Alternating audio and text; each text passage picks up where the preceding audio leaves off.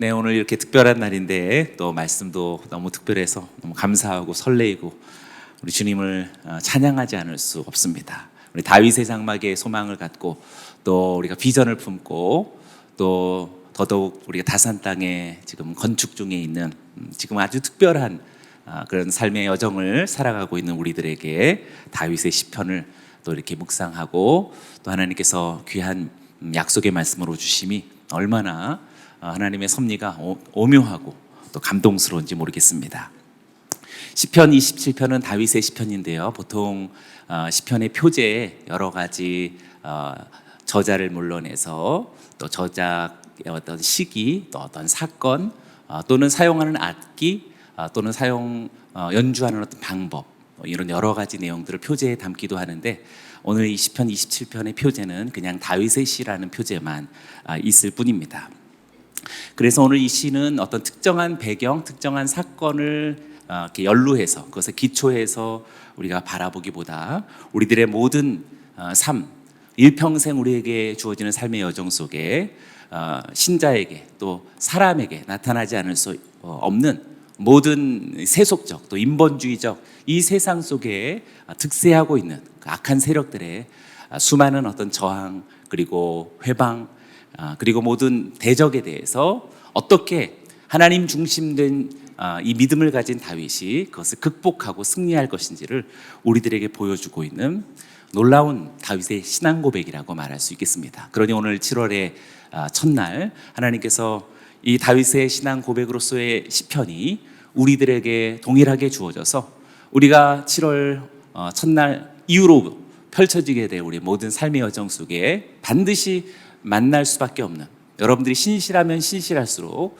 더 강하게 맞이할 수밖에 없는 그 모든 어둠의 세력들, 또 모든 회방의 대적들 앞에서 오늘 우리 모두가 다윗처럼 승리할 것을 주의 이름으로 선포합니다.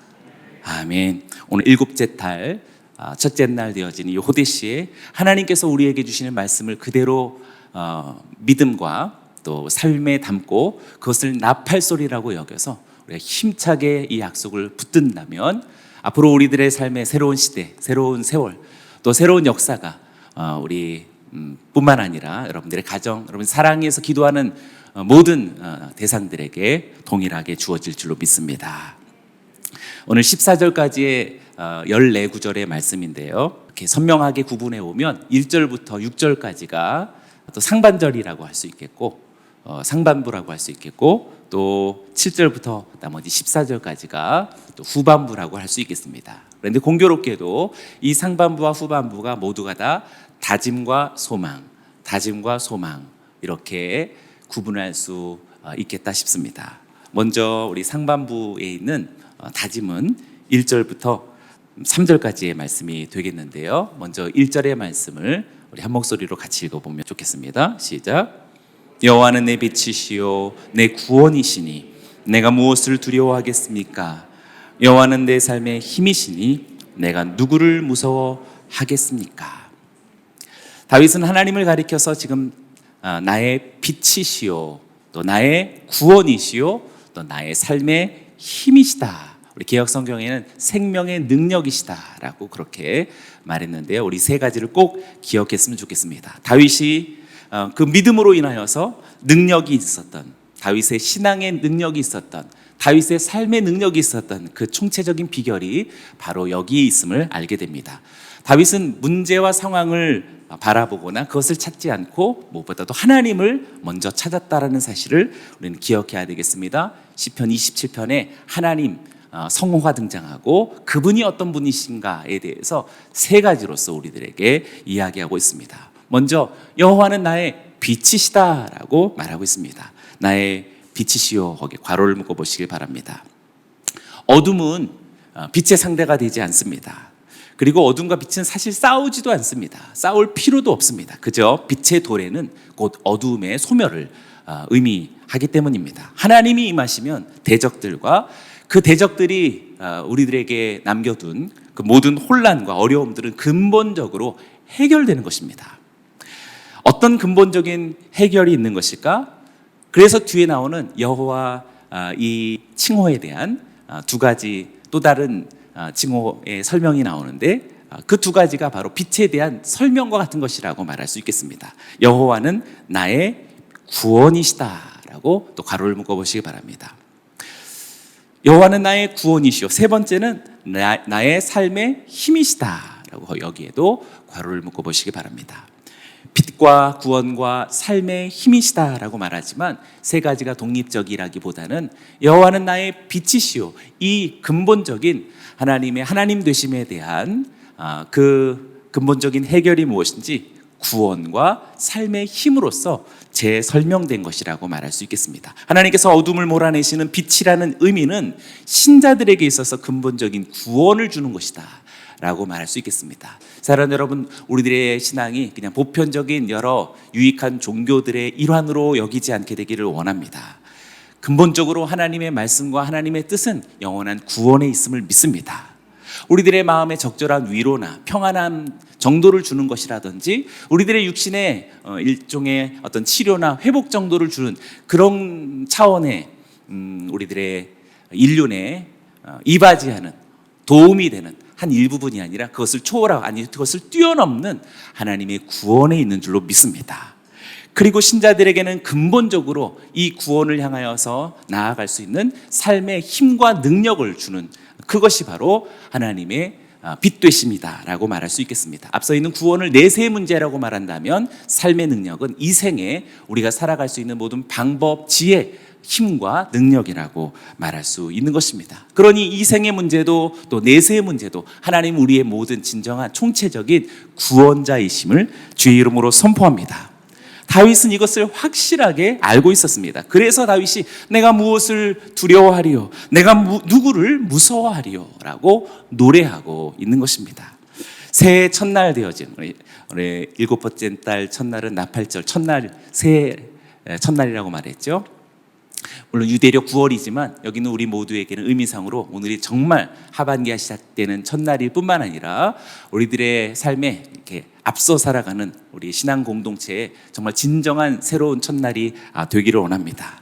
우리가 이 첫날 불러야 할 동일한 노래가 무엇일까? 우리가 두려워하고 있는 것은 무엇일까? 바로 어제까지, 우리 작년까지, 어제까지 여러분들의 마음을 초조하게 하고 여러분들의 마음을 믿음으로 이렇게 아멘하지만 또다시 입술에서 마음에서 모락모락 피어나는 그 두려움, 긴장, 갈등, 초조, 그래서 자꾸 사람을 의식하고 거기에 막 이렇게 좌충우돌하는 우리들의 불안정한 이 내면 어디에서부터 여기서 시작되는가? 경제적인 어려움 때문인가? 질병 때문인가? 미래의 불안함 때문인가? 사람과의 관계 속에서 지혜롭지 못하고 온전치 못한 자신 때문인가? 또는 자녀의 문제인가? 아니면 현저하게 자신감이 떨어졌는가? 저는 이것에 있어서는 자신감은 떨어져야 된다라고 생각합니다. 우리들의 자신감은 하나님이 우리들의 진정한 자신, 하나님 자신이 우리들의 자신감이 되어야 할 줄로 믿습니다. 사랑하는 여러분이요, 우리 가운데에서 우리들을 바라보든지 우리들의 주변을 바라보든지 정말 능력의 기초는 하나도 있지 아니함을 보게 됩니다. 오직 하나님이 나의 빛이시요 구원이시요 삶의 힘이시다라고 선언하면서 우리도 어떤 문제가 있지 않을 것이요 나에게는 어떤 사람도 두려워하지 않을 것이다라는 새 노래가 우리들에게 선포되기를 주의 이름으로 축원합니다. 아멘. 하나님이 나의 빛이시요 구원이시요 삶의 힘이시기에 내가 어떤 사건과 문제 더 이상 그것을 두려워하거나 사람을 무서워하지 않을 것이요 내가 정말 하나님을 붙들 것이다 라고 하는 이러한 노래에는 이러한 노래를 붙들고 우리가 선포하는 것에는 아직 현실은 변하는 것이 없다라는 것을 전제한 것이라고도 할 수 있겠습니다. 그래서인지 2절과 3절 말씀에 연거푸 등장하는 그런 단어들이 있습니다. 제가 읽어봅니다. 악한 사람들이, 내 원수들이, 내 적들이 내 삶을 뜯어먹으려고 덮칠 때 그들은 걸려 넘어질 것입니다. 군대가 나를 향해 진을 쳐도 내 마음은 두렵지 않을 것입니다. 내게 대항하는 전쟁이 일어나더라도 내가 오히려 담대할 것입니다. 2절과 3절에 각기 앞서 우리가 처음 기도했던 것처럼 우리들의 삶에 보이지 않는 그런 세력들이 있고 분명한 그런 공격들이 있습니다. 대상이 누구입니까? 악한 사람들, 괄호를 묶어보시고 원수들, 또 적들, 3절에는 심지어 이들이 수반에 오고 있는 군대라고 말하고 있습니다. 그리고 마침내 전쟁이 일어나고 있습니다.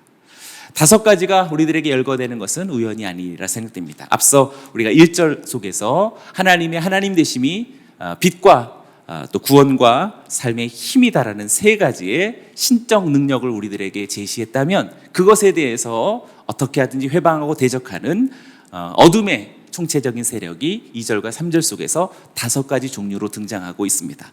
만만히 볼 수 있는 것은 아닙니다. 왜? 군대라고 표현했기 때문에, 왜? 전쟁이라고 말하고 있기 때문에 이것은 정말 그냥 가상에 이루어지는 인문학적인 이야기가 아닙니다. 실제 벌어지는 이야기들입니다. 그들이 우리들에게 다가올지라도 지금 다윗은 현실과 또 주변이 아직까지도 악한 사람들과 원수들과 적들과 또 군대와 전쟁으로서 가득할지라도 분명히 확신하고 있는 것은 자기를 잡아먹고 뜯어먹으려고 하는 그런 상황임에도 불구하고 다윗은 결단코 흔들리지 않습니다. 왜? 그들이 걸려 넘어질 것이다 라고 하는 확신을 가지고 있기 때문입니다. 2절이죠. 그들은 걸려 넘어질 것입니다. 오늘 이 말씀을 가지고 우리도 확신하고 우리 각자에게 예언적으로 선포하기를 원합니다. 새로운 시대, 새로운 새해가 우리들에게 주어졌으니 여러분들에게 다가오는 모든 악한 어둠의 세력들의 모든 시도들은 다 스스로 걸려 넘어질 줄로 믿습니다. 심지어 그들이 혼자 안 되니까 3절처럼 군대를 동원하고 다가와도, 그래서 우리 군대 귀신이라고 이야기하죠. 귀신들도 이게 떼로 몰려다니고 있는 것입니다. 돼지떼가 어떻게 물속에 수장되었는지 예수님 이야기를 통해서 알 수 있습니다. 그래서 우리가 만만히 볼 수 있는 것은 아니지요. 심지어 군대가 나를 향해 진을 칠지라도 내 마음은 두렵지 않다라고 다윗은 노래하고 있습니다. 사랑하는 여러분이요, 오늘 고스란히 이 약속을 우리의 마음에 품고 군대가 다가올지라도 두려워하지 않는 여러분 되기를 축원합니다. 그리고 마침내 이 단어가 제일 중요한 것 같은데요, 전쟁입니다. 네, 설마라고 얘기해서 위협은 주겠지, 설마 내게 사건이 나타날까, 설마 내게 문제가 발발할까. 네, 전쟁이 발발한다라는 사실도 우리는 이것 자체도 너무 두려워할 필요가 없겠습니다. 전쟁이 심지어 일어날지라도 내가 오히려 담대할 것이다 라고 말하고 있습니다. 할렐루야. 네, 그래서 앞에 우리 군대까지는 군대가 진을 쳐도 내 마음은 두렵지 않을 것이다. 왜? 저들이 그냥 돌아갈 것이다 라고 하는 그런 생각을 믿음으로 갖는다면 좋겠지만, 그러나 정말 전쟁이 일어나면 어떻겠습니까? 오늘 다윗처럼 실망하겠습니까? 믿었더니 하나님 어떻게 내게 이렇게 큰 사건을 일으키시는 건가요? 하나님 내게 어떻게 이렇게 정말 고통스러운 전쟁을 나의 삶에 일으켜 주신 건가요? 그것을 어떻게 허락하신 건가요? 그렇게 낭망하거나 스스로 절망할 것이 아니라 오히려 나는 담대할 것입니다 라는 다윗의 심령이 오늘 우리 모두에게 믿음의 고백되기를 축원합니다. 이것이 다윗이 어떻게 골리앗을 두려워하지 않았을까? 어떻게 돌멩이 몇 가지를 가지고서 그렇게 골리앗을 향해서 돌진할 수 있었을까? 정말 말도 안 되는 이야기 같은, 동화 속 이야기 같은 것이지만 정말 우리들의 신앙이, 우리들의 믿음이 바로 이러해야 할 줄로 믿습니다. 저도 오늘 7월 첫날을 시작으로 기점으로 오늘 이 다윗의 마음을 정말 순전하게 본받고 정말 하나님을 의지하고 빛 되시고 구원 되시고 삶의 능력이 되신 우리 주님을 의지함으로 말미암아 심지어 전쟁일지라도 오히려 담대할 저 자신이요 우리 모두가 될 것을 주님의 이름으로 축원합니다. 아멘. 여기까지가 다짐이라고 말할 수 있다면, 어떻게 살 것인지 믿음의 다짐이라고 말한다면 이제 다윗의 어떤 소망이 들려오고 있습니다. 유명한 구절이기도 한데요, 우리 4절의 말씀은 큰 소리로 같이 읽어보겠습니다. 시작. 한 가지 여호와께 바라는 것이 있으니 내가 찾는 것은 이것입니다. 내가 평생 여호와의 집에 있어 여호와의 아름다움을 바라보고 주의 성전에서 여쭙는 것입니다. 사실 지금 이 다짐과 소망은 서로 개별적이지 않고 서로 연관되어 있다라고 말할 수 있겠습니다. 어떻게 그런 다짐이 가능한 것일까? 어떻게 빛과 또 구원과 삶의 힘 대신 그건 나도 알겠는데 다윗은 어떻게 그냥 아는 것으로 그치지 않고 정말 동화와 같은 이야기를 삶처럼 살아갈 수 있는 것일까? 그 원천이 바로 여기 있는 소망 속에 담겨 있다라고 말할 수 있습니다. 하나님을 어떻게 느꼈고 어떻게 실제로 경험했고 확신했기에 그러한 다짐이 가능했던 것일까? 일종의 비결이라고 말할 수 있겠습니다. 이것이 바로 다윗의 임재 훈련이자 예배 영성이라고 말할 수 있겠습니다. 그래서 오늘 4절은 박스로 둘러보시고 또 별표도 여러 번 해보시기 바랍니다. 정말 핵심 비밀입니다. 우리가 4절을 자신의 것으로 취해서 오늘로부터라도 다윗이 가졌던 그 생생한 믿음이 삶이 되었던 비밀이 오늘 4절 속에서 발견하기 어렵습니다. 그것을 우리들에게 알려주려고 하는지 히브리 원문에서도 이 한 단어로부터 시작되는데요. 한 가지 아하트라고 하는 말로 시작하고 있습니다. 한 가지 동그라미 보시고 우리말 성경도 참 적절하게 번역을 해 두었다라고 생각됩니다. 원문도 한 가지로부터 시작했는데 우리말 성경도 한 가지 내가 여호와께 바라는 것이 있습니다라고 이야기하고 있습니다. 특별히 바라는 것 거기도 물결을 그어 보시고요. 바라는 것으로만 그치지 않고 찾는 것 거기도 또 물결을 해보시기 바랍니다. 한 가지가 있는데 내가 이 한 가지를 바라고 찾습니다. 바라는 것은 요구하다 구하다라는 뜻이요, 또 찾다라는 것은 추구하다라는 어떤 지속적인 그런 열정의 추구라고 말할 수 있겠지요. 이렇게 한 가지 여호와께 바라는 것, 한 가지 소원을 바라고 찾는 다윗의 마음을 우리들에게 보여주고 있습니다. 한 가지 소원이지만 그것은 세 가지로 얽혀 있는 것이다 라고 이하를 보면 알 수 있겠는데요, 우리 유심히 보았으면 좋겠습니다. 첫째는 한 가지지만 세 가지가 얽혀 있다라 그랬죠. 첫째는 내가 평생 여호와의 집에 있는 것이다. 내가 평생 여호와의 집에 있어. 거기 괄호를 묶어 보시고 동그라미 1번 해보시기 바랍니다. 특별히 여기서 여호와의 집, 베트, 우리 엘로힘, 베트, 야훼를 사용하고 있지요. 여호와의 집에 거하는 것이다, 살아가는 것이다 라고 말하고 있습니다. 그래서 우리가 다윗의 장막이라고 말하는 그 칭호가 괜히 주어지는 것이 아닙니다. 다윗이 얼마나 임재의식, 그것도 개인적인 그냥 아무 곳에서나, 물론 무소부지하신 하나님의 임재의식이기에 어느 곳에서나 하나님의 임재를 추구하는 것은 맞지만, 그러나 그것은 특정한 또한 하나님의 장막, 하나님의 집을 향하고 있는 이 두 가지 이중성이 다윗에게 아주 특별합니다. 그래서 다윗의 장막은 곧 하나님의 성전을 준비해 나가는 하나님의 특별한 계획이 있었던 것이지요. 그러니 여러분, 어느 곳에 서서 예배드리는 거 너무 좋습니다. 어쩌면 코로나는 우리들에게 하나님의 임재의식을 내적으로 강화시키게 하는 그러한 선으로 우리가 생각해 본다면, 내적으로 하나님을 향한 어디서든지 어느 방편이 있었든지 주님을 향한 그런 임재의식을 길러준 것이라고 말한다면, 또 한편으로서는 우리 하나님께서 중앙 성소사상, 우리 성전을 향한 물리적인 성도가 함께 모여 예배하는 그 공간을 심히 회방하고 또 가로막은 것이라고도 할 수 있겠습니다. 그러니 우리는 이 두 가지를 동시에 취할 수 있어야 하겠습니다. 하나님의 임재, 하나님의 가족으로서 함께 거주하기를 바라고 소망하는 것이 한 가지 다윗이 가진 그런 유일한 소망이라고 말할 수 있는 것이지요. 그러면 그렇게 여호와의 집에 산다라는 것은 무엇일까? 여호와의 집에 거한다라는 것은 무엇을 의미하는 것일까? 뒤에 또 이어져 나오죠. 여호와의 아름다움을 바라보는 것이다. 또 가로를 묶어보시고 동그라미 보내보시기 바랍니다. 내가 여호와의 아름다움을 바라보는 것이다. 네, 여호와의 집에 거한다라는 것, 거기 거주한다라는 것은 무엇일까요? 하나님의 여호와의 아름다움을 바라보는 것이다. 그래서 아름다움이라고 하는 것은 하나님의 선하심과 인자하심, 그런 은총을 가리키는 것이다고 할 수 있겠습니다. 하나님에 대한 감동, 감격, 감탄, 놀라우심, 전능하심, 위대하심, 그 영광스럽고 장엄함, 그것에 정말 탐복하는 그런 경이로움이 바로 여기서 말하는 아름다움이 가리키는 모든 것이라고 할 수 있겠습니다.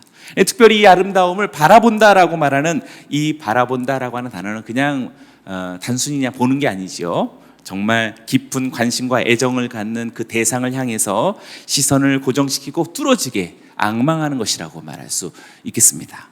사람에게 이렇게 보면 좀 오해할 수 있겠죠. 우리는 정말 하나님을 향해서 이렇게 응시해야 됩니다. 제 예배 인도하고 또 목회자로서 이렇게 성도들 함께 있다 볼 때 예배 드리거나 기도하는 어떤 성도의 모습이 정말 이렇게 앙망하듯 주를 바라보는 사람의 모습을 간혹 볼 때가 있습니다. 정말 너무 아름답습니다. 아름다울 수밖에 없겠죠. 왜냐하면 아름다운 하나님을 응시하고 있으니, 그것에 탐복하여서 뚫어지게 바라보고 있으니, 기도 중에, 찬송 중에, 예배 중에 정말 하나님을 바라보고 있는 모습이 보입니다. 우리 성도들에게도 그러한 분들이 많이 생겨나기를 원합니다. 여러분들의 저쪽에서 기도하는 모습을 보아도 하나님을 응시하고 바라보는 그 모습에 보는 제 자신이 은혜가 되어서 저도 도전을 받고, 우리 성도님 저렇게 하나님을 바라보고 응시하고 있으니 목회자인 나도 부지런히 더욱더 그러해야겠다라고 하는 오히려 도전을 주는 것이지요. 하나님을 바라보고 그의 아름다우심에 늘 젖어 사는 새로운 새해가 되길 축원합니다. 하나님의 아름다우심을 바라본다라는 것은 마지막 세 번째입니다. 내가 주의 성전에서 여쭙겠습니다. 네, 거기서 가로를 묶어보시고 또 동그라미 3번 해보시기 바랍니다. 특별히 여기서 또 한 번 주의 성전을 이야기해서 아까 첫 번째 여호와의 집과 동일한 다른 표현인 것이죠. 동일한 뜻의 다른 표현이 되겠습니다. 여호와의 장막, 여호와의 집에서 또한 주의 성전에서 여쭙겠습니다. 여쭙다라는 말을 썼는데 우리 개역 성경에는 내가 주의 성전에서 주를 사모하나이다 라고 말했는데 여기서 여쭙습니다. 바카르라는 말은 묻다라는 뜻이 되겠습니다. 묻다, 구하다, 찾다라는 그런 의미가 되겠죠. 간절히 사모하는 마음으로 주님께 묻는 것이지요. 당연히 성숙한 기도자의 기도의 모습이 연상이 되지요. 주님의 성전에서 날마다 주의 뜻을 찾고 묻고 구하는 저와 여러분들이 되었으면 좋겠습니다. 보십시오. 한 가지 소망이 무엇입니까? 내가 여호와의 집에서 거주하는 것, 살아가는 것입니다. 그리고 그것은 하나님이 그 집에서 보여주시는 그 아름다움을 항상 바라보는 것이라고 말할 수 있겠고, 하나님의 아름다움을 바라보는 것은 무엇일까? 결국 주님의 성전에서 하나님의 뜻을 알아가는 것이요, 지혜를 알아가는 것이요, 그 모든 계획을 알아가고 묻는 것이라고 말할 수 있겠습니다. 사랑하는 여러분, 다윗이 우리들에게 비밀로서 또 비결로서 알려준 이 소원 한 가지가 여기는 우리 모두에게도 동일한 소원이 되기를 주의 이름으로 축원합니다. 선포하십시오. 내 평생에 여호와의 집에 거할 것입니다. 선포하십시오. 그곳에서 여호와의 아름다움을 바라볼 것입니다. 그곳에서 하나님의 뜻을 알아갈 것입니다. 네, 우리가 이 소원 비밀을 알고 부지런히 하나님의 집을 왕래하고 주님의 집에서 그의 아름다우심을 바라보고 아름다움을 바라보다가 결국 주님의 뜻을 묻고 구하는, 기도하는, 간절히 하나님을 앙망하는 우리 모두가 되기를 원합니다. 바울은 왜 이러한 유일한 소원, 이런 유일한 소원을 품었을까? 2절, 5절로부터 6절까지를 보면은요, 제가 이렇게 빠른 눈으로 한번 이렇게 보시지요. 고통스러운 날에 주께서 나를 그 장막에서 숨겨주실 것이요, 그 천막의 은밀한 곳에 나를 숨겨주실 것입니다. 나를 바위 위에 높이 세워주실 것입니다. 그때 내 머리가 나를 둘러싸고 있는 적들 위에 높이 들려 올려질 것입니다. 그러면 내가 주의 장막에서 기쁘게 제사를 드리고 여호와께 노래하고 찬양할 것입니다. 아멘. 여기서 또 한번, 여기서 3번이나 그 장막, 그 천막, 주의 장막, 지금 붉게 표현했죠. 그래서 앞서 있었던 것을 포함하면 도합 5번의 하나님의 성전을 가리키는 단어가 5번 반복되고 있는 것 절대 우연이 아닙니다. 아까 어둠의 세력들도 5가지의 영적 공격이 있었지요. 오늘 딱 그것을 대치되듯이 하나님의 장막, 하나님의 성전, 또 여호와의 집, 그 장막, 그 천막이 이렇게 5번이나 우리들에게 언급되고 있는 것은 물론 하나님의 임재입니다. 영적인 임재가 더 우선되는 거죠. 건물로서의 어떤 성소보다도, 그러나 이 두 가지는 항상 다윗에게 있어서 병행되어졌다라는 사실을 여러분 잊지 마십시오. 다시 한번 잊지 마십시오. 비결로서, 비밀로서 좀 100% 수용하고 믿음으로 선포하시기를 주의 이름으로 축원합니다. 그러니 우리 그 마음을 가진 사람은 저 다산에서 지어지고 있는 성전도 예사롭지 않은 것입니다. 물론 임재는 벌써 내 안에서 이루어지는 하나님의 장막이 되었지만 저 다산 땅에 있는 장막도 역시 하나님의 비밀하신 계획이 지금 역사하고 있는 놀라운 하나님의 계획인 줄로 믿습니다. 아멘. 이런 공격이 있을 때 다윗이 지금 이러한 유일한 소망을 품었던 이유는 그 장막에서 자신을 숨겨주실 하나님이라는 것을 알았다라는 것입니다. 숨겨주실 하나님이시다라는 것을 알았을 뿐만 아니라 자신을 숨기는 소극적인 보호에만 있지 아니하고 결국 나를 바위 위에 높이 세워줄 것이요, 그리고 그 적들 위에 내 머리를 높여주실 것이다. 승리를 말하는 것이지요. 주님은 우리를 보호하는 것에만 있지 않고 반드시 우리를 승리케 하실 주님이신 줄로 믿습니다. 할렐루야. 이러한 하나님의 보호와 승리만이 다윗의 소원이 아니었습니다. 마지막 우리 6절 속에서 보면 결국 내가 주의 장막에서 기쁘게 제사할 것이요, 그리고 여호와께 노래하며 찬양할 것입니다. 시작도 다윗은 예배였지만 마침도 그 응답도 하나님 앞에 온전한 예배와 찬양이다라는 사실을 우리들에게 알려주고 있습니다. 그래서 다윗의 장막의 회복이라는 것은 보통 예배 사역으로 이렇게 이해하는 경향이 있는데 사실은 이해가 됩니다. 왜냐하면은 예배로 시작해서 주님의 장막에서 하나님을 바라보고 그 아름다움을 앙망하는 것이라고 말한 그가 하나님의 보호하심과 승리를 경험한 이후에도 내가 주의 장막에서 주님께 제사할 것입니다 라고 말했으니 다윗이 얼마나 열정적인 성전의 사람인지를 우리들에게 알려주고 있습니다. 그러니 사랑하는 여러분, 우리 모두가 다 영적 다윗이 되어서 우리 모두가 하나님 앞에 신령과 진정함으로 하나님 앞에 예배하고 주님께 찬송하고 노래하는 그러한 새로운 예배자들 우리 모두가 되길 축원합니다. 이후로부터 이제 시의 후반부가 시작되는데요.